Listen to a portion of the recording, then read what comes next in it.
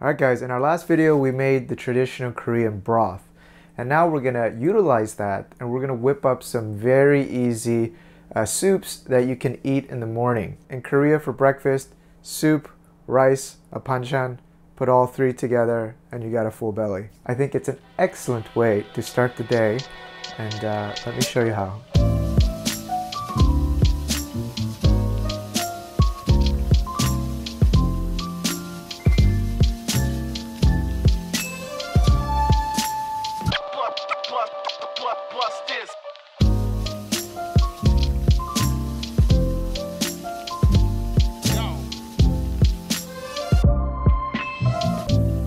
So this first soup my mom used to make often for breakfast when I was young. We're gonna use 2 potatoes, each about the size of your palm, 1 spring onion, size of your forearm. And then we have the anchovy-kelp broth that we made in the last video. We'll chop up the potatoes, and you wanna make fairly thin pieces, not too thick. And then the other one, same thing, cut in half, and about this width. We'll cut up the spring onions here. Scallions also work very well. Next, we'll take our anchovy-kelp stock. We're gonna put in 3 cups. That's 1, that's 3. And then once it comes up to boil, let's put in the potatoes. And then let's reduce it to a medium heat, so like a gentle simmer. And we're gonna let the potatoes cook until they get soft. The potatoes. And it should take around 5 to 8 minutes, assuming that you didn't cut huge King Kong pieces. As it boils, you're gonna see some foam that comes to the top. Just skim that right off. No foam parties allowed here. This is Korean party. After about 8 minutes for us, it should go right through.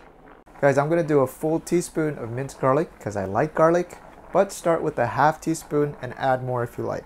Salt, same thing. I'm going to do a full teaspoon, but start with a half teaspoon and add a little bit more if you like. Some black pepper, and at this point give the broth a taste. It's very good. Spring onions in, and we will turn off the heat.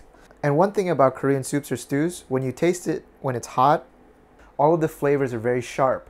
So let it cool down, and when you taste it again, you'll see that all the flavors will have come together. All right, that looks delicious. Just get some potatoes in here. Get some of the broth. All right, guys, there it is. Soup is very light, clean. Potatoes are nice and mushy. You eat it with rice, and it's perfect for the mornings. Now I'm going to introduce you to some Korean fish. This is just a fillet of fish. Gosh, I just want to say fillet of fish. This is a fillet of a flatfish called sole. In Korean, this fish is called gajami. The fish itself is very ugly. It's really flat and it has eyeballs up here and it just looks hideous, but tastes really good. These are very easy to cook. All you have to do, frying pan on a medium-low heat. Medium-low, guys. Patience is key, young grasshopper. Put plenty of oil. Guys, and then I'm going to just give this a quick wash so I could get rid of the ice. Yeah, and then since we're going to put it in oil, let's just pat this down dry. And we'll put this fish skin down. And then we're gonna just grill it until it turns crispy on the other side. And then just a little bit of salt. And we're gonna flip it over.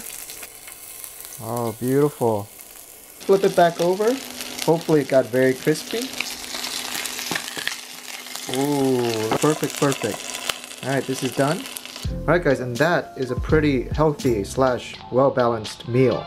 You can eat this for breakfast, of course, but for dinner also sounds good. We have our gajami fried up to a nice crisp here. Then our simple, unassuming, and humble soup here. And then I had some kimchi left over for a kimchi jjigae, a stew. So I just kept that, mix and match, and this is what we got. I also like to take a little bit of the rice, and then I like to just dump it into the soup a little bit. You just take a bite. That's very nice. So when you usually buy fish from the Korean mart, they usually have bones inside. You go along the back like that. And that is all meat, guys. And guys, we can take out the center bone. And then we have 1, 2, 3, 4. This is all beautiful meats. With a little bit of the rice. Oh yeah. And this is so good. Having this fish with this soup, it brings me back to my parents' house. And guys, I hope you like this. I'm going to introduce a little bit more home-style soups and maybe 1 banchan on the side as well. Assembling banchans and knowing how to pair banchans with main dishes and stews, it's kind of like an art, you know. You need a good balance between vegetables and meat, seafood with the beef and the protein. So call me an artiste.